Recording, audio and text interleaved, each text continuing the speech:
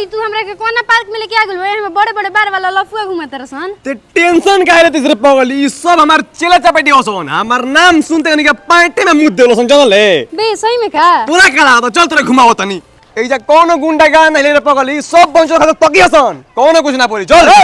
सुन काट रे तोर का नाम रे झाटल पासवान जा मुद्दे नहीं ते मुतला रे ना ते मुतला रे ना तारा बहिन छ त कहत रे हमर नाम सुनते पाटे मुद्दे होला सो एकरा का बांध पेड़ में करा भाई लड़की घुमाओ तो तू का बनत रे तू ज्यादा रंग बाज झड़े अरे! कोई के कुछ भी बोल देबे का बोले के बोल अरे करे बहन छी रे तोर सब रंगदारी तोरा गाड़ी में निकल गइलू अब ना बनबे रंगदार ते भैया गलती हो गेल माफ कर दो अब ना सोच होई समझ के बोलल जाला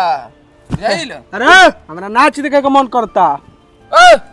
चलते गाओ नाच नचाओ नाच भैया नाच भैया ऐसे मत करावा लोग नचाओ गाओ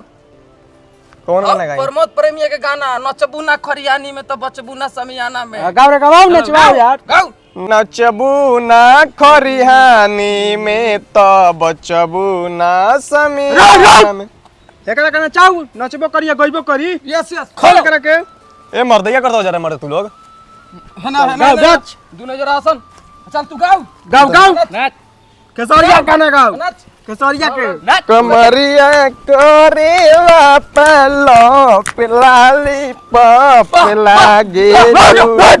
भैया अब जाए तो भैया गलती हो गेल अब ना करम जे भैया अब कर दोबारा ऐसा ना ना भैया चल